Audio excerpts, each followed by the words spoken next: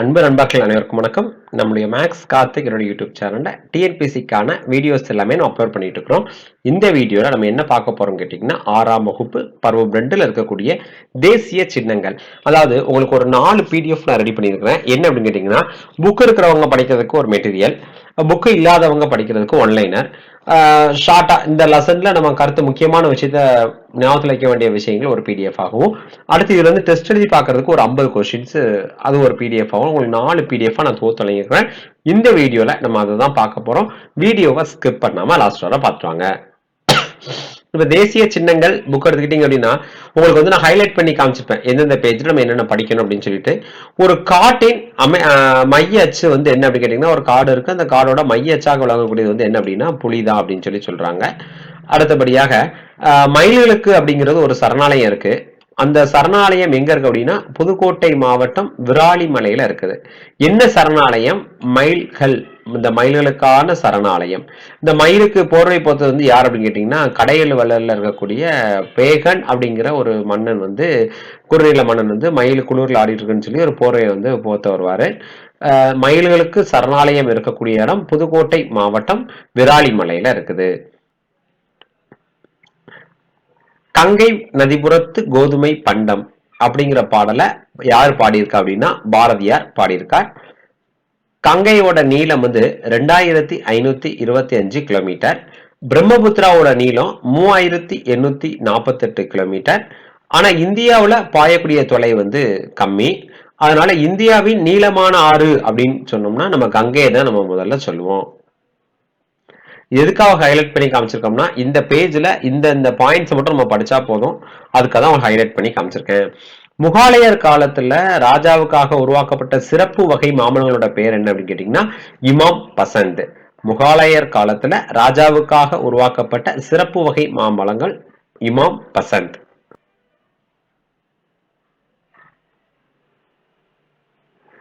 கருநாகத்தை பத்தி பார்க்கலாம். அதாவது பாம்பு வகையிலே இந்த கருநாகம், ராஜநாகம் அப்படின்னு சொல்லக்கூடிய பாம்பு தான் கூடு கட்டி அதுல முட்டையிட்டு வாழக்கூடிய ஒரு பாம்பு வகை. இது அதிகபட்சம் 18 அடி நீளம் வரை இதால வளரக்கூடியது. அதிக நச்சுத்தன்மை கொண்டது அப்படின்னா அந்த ராஜநாகத்தை நம்ம சொல்லலாம்.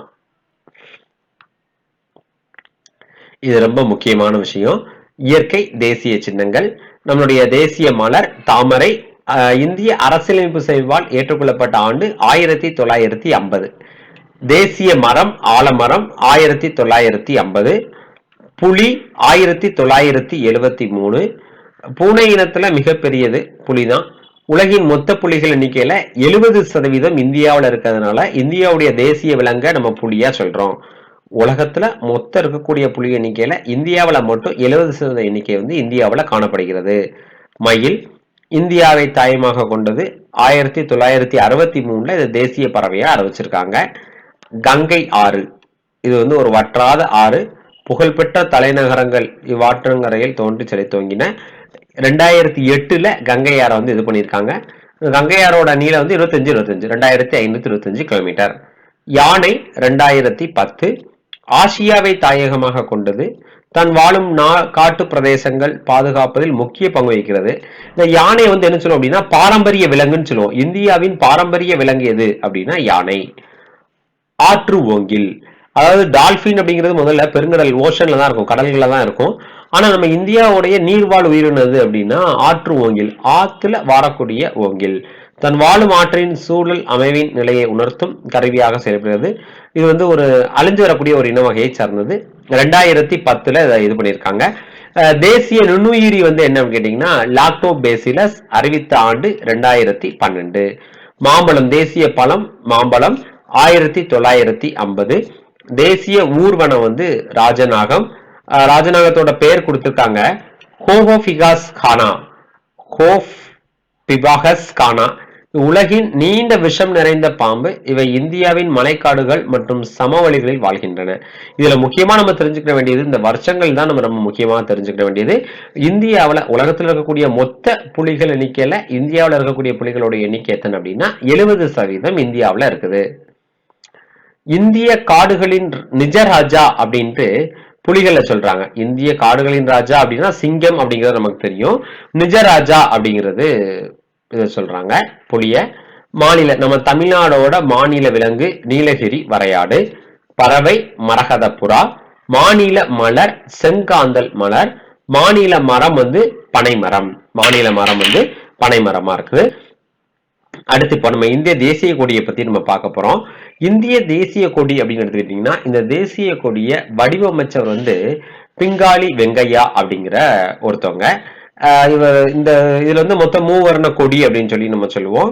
இந்த காவி நிறம் தைரியம் மற்றும் தியாகத்தையும், வெள்ளை நிறம் பச்சை நிறம் பசுமையும் செழுமையையும், வெள்ளை நிறம் நேர்மை மற்றும் அமைதி தூய்மை ஆகியவற்றையும் குறிக்கிறது.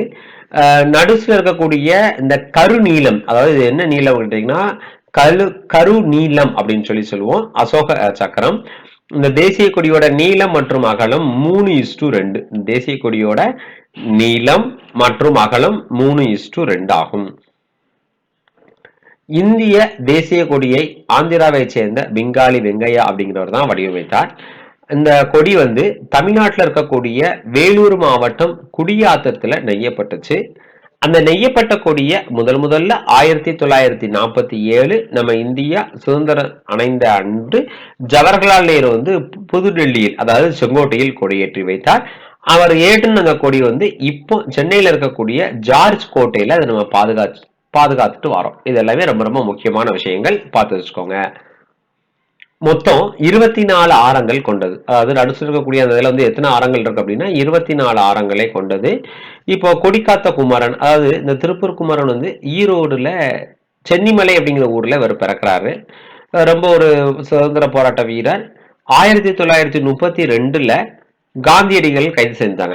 அந்த காந்தியடிகளை கைது செய்த கண்டித்து இவரும் போராட்டத்தில் ஈடுபட்டு அங்க இருக்கக்கூடிய எங்களோட காவல்துறையில அடிபட்டு உயிரிழந்திருந்தாரு. அப்போ இறக்கக்கூடிய நேரத்திலேயே கொடியை கீழே போடாம வச்சிருந்ததுனால இவரை கொடி காத்த குமரன் அப்படின்னு சொல்லி சொல்றோம். இவருடைய சிறப்பை தியாகத்தை நினைவு கூறும் வகையில அவரது நூற்றாண்டில் இந்திய அரசு அஞ்சல் தலையை வெளியிட்டுள்ளது.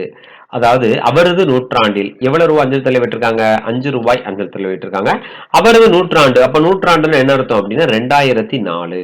அப்போ கொடிக்காத்த குமரனுக்கு அஞ்சல் தலை வெளியிட்ட ஆண்டு 2004.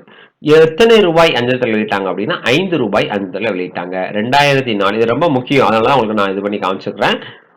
அடுத்து தேசிய லட்சினை, தேசிய சிம்பிள்ஸை பத்தி பார்க்கலாம். சாரநாத் அசோகத்தூணின் உச்சியில் அமைந்திருக்கக்கூடிய நான்முக சிங்கம் தான் தேசிய லட்சணையா இருக்குது. இது ஜனவரி 26, 1950 இந்திய தேசிய சபையால், அதாவது அரசியலமைப்பு சபையால் ஏற்றுக்கொள்ளப்பட்டது. இந்த இதுல என்ன அப்படின்னு கேட்டீங்கன்னா சத்தியமவே ஜெயதே அப்படின்னு ஒரு வாழ்த்தை பொறிக்கப்பட்டிருக்கும். அதுக்கு என்ன அர்த்தம்னு கேட்டீங்கன்னா வாய்மையே வெல்லும் அப்படின்னு சொல்லி அர்த்தம். மேல் பகுதியில 4 சிங்கங்கள் இருக்கும். 3 சிங்கங்கள் முன்புறமாகவும் 1 சிங்கம் பின்புறமாகவும் இருக்கும். அடிப்பகுதியில யானை, குதிரை, காளை இந்த விலங்குகள் எல்லாமே இருக்கும். யானை, குதிரை, காளை, சிங்கம் இந்த விலங்குகள் கீழே உள்ள 4 அதுல இருக்கும். இந்த ஒவ்வொன்றுக்கும் ஒவ்வொன்று சொல்றாங்க. அதாவது குதிரை போல ஆற்றல் வேணும், காளை போல கடின உழைப்பு வேணும், யானை போல சிங்கத்தை போல கம்பீரம் வேணும் அப்படின்னு சொல்லி ஒவ்வொன்றுக்கும் ஒவ்வொன்று சொல்றாங்க. இப்போ அசோகர் காலத்துல இந்த இது கடித முகப்பிலும் இந்திய நாணயங்களும் கடவுச்சீட்டுகளிலும் பயன்படுத்தப்படுகிறது. நம்ம தேசிய சிம்பல் அதில் வச்சிருக்கிறோம்.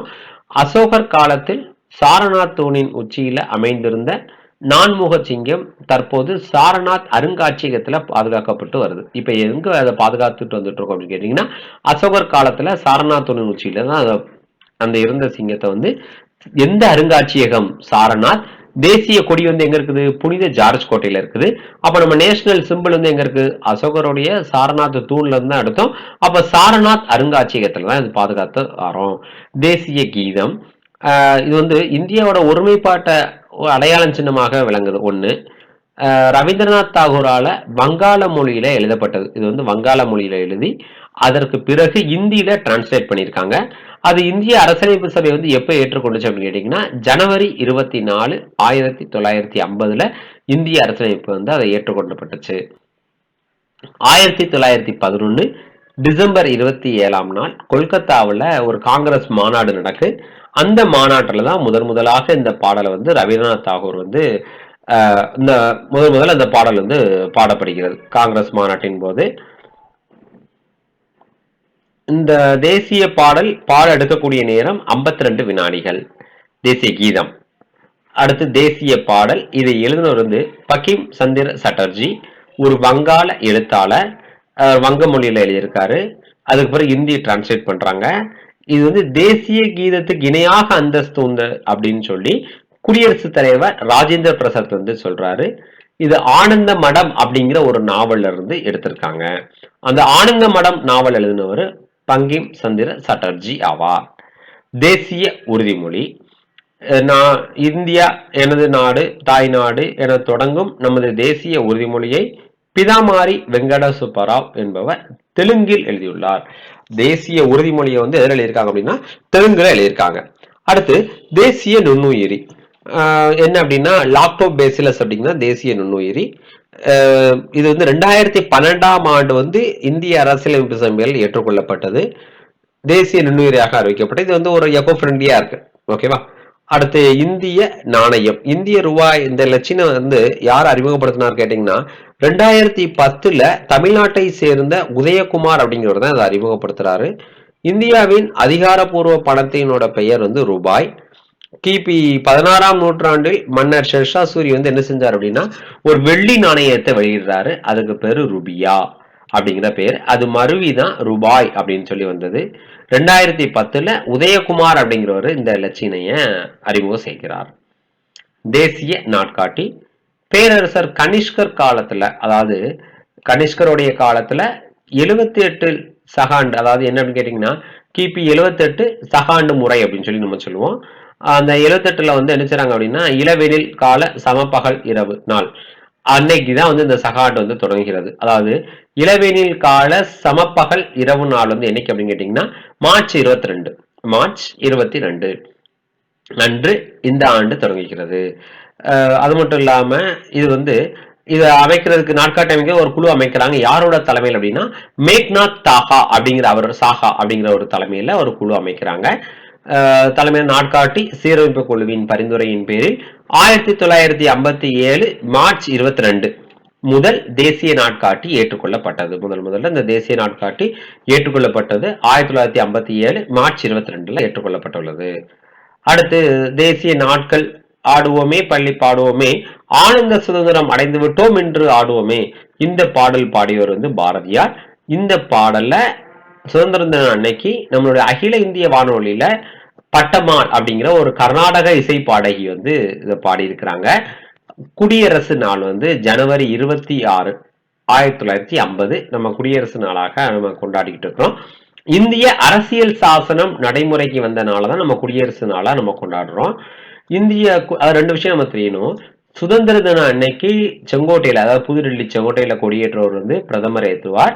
குடியரசு தினம் அன்னைக்கு குடியரசுத் தலைவர் வந்து கொடியேற்றுவார்.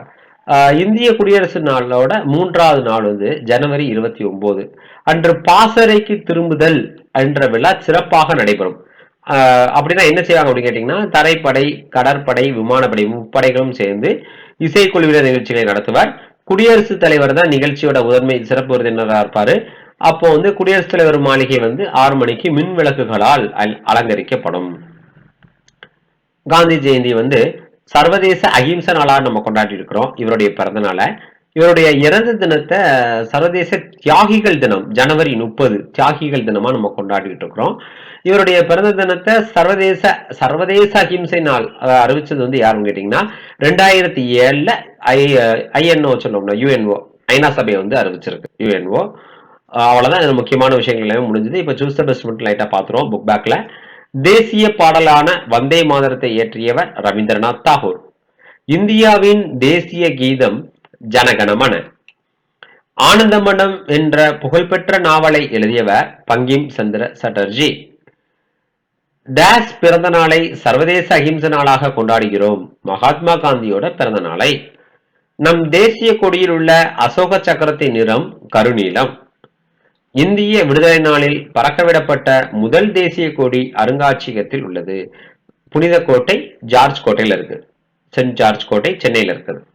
இப்போ இந்த பிடிஎஃப் வந்து உங்களுக்கு நம்மளுடைய எதுல இருக்கு அப்படின்னு கேட்டீங்கன்னா டெலகிராம் சேனல்ல இருக்கு. நீங்க டவுன்லோட் பண்ணி எடுத்துக்கலாம். இது வந்து புக் இருக்கிறவங்க, புக் இல்லாதவங்க படிக்கிறதுக்காக ஒரு மைண்ட் மேப் நாங்க ரெடி பண்ணியிருக்கிறோம். என்ன அப்படின்னு கேட்டீங்கன்னா இப்ப இந்த லெசன்ல இருக்கக்கூடிய உங்களுக்கு முக்கியமான இந்த வருடங்கள் எல்லாமே உங்களுக்கு தொகுத்து வழங்கியிருக்கிறோம். அதாவது தேசிய கொடி வந்து எப்போ ஏற்றுக்கொள்ளப்பட்டுச்சு, தேசிய நாட்காட்டி, தேசிய கீதம், தேசிய லட்சினை, இது வந்து உங்களுக்கு ரொம்ப பயனுள்ளதாக இருக்கும். இதுக்கான பிடிஎஃப்பும் நம்ம டெலகிராம் சேனல்ல தான் இருக்கு. அடுத்து இப்போ டெஸ்ட் சீரியஸ் வந்து நம்ம நெக்ஸ்ட் வீடியோல இந்த லெசன்ல இருந்து ஒரு 50 கொஸ்டின்ஸ் நம்ம டெஸ்ட் சீரியஸ் பார்க்க போறோம். தொடர்ச்சியா நம்ம சேனல்ல இணைந்திருங்க. Thank you so much. தேங்க்யூ.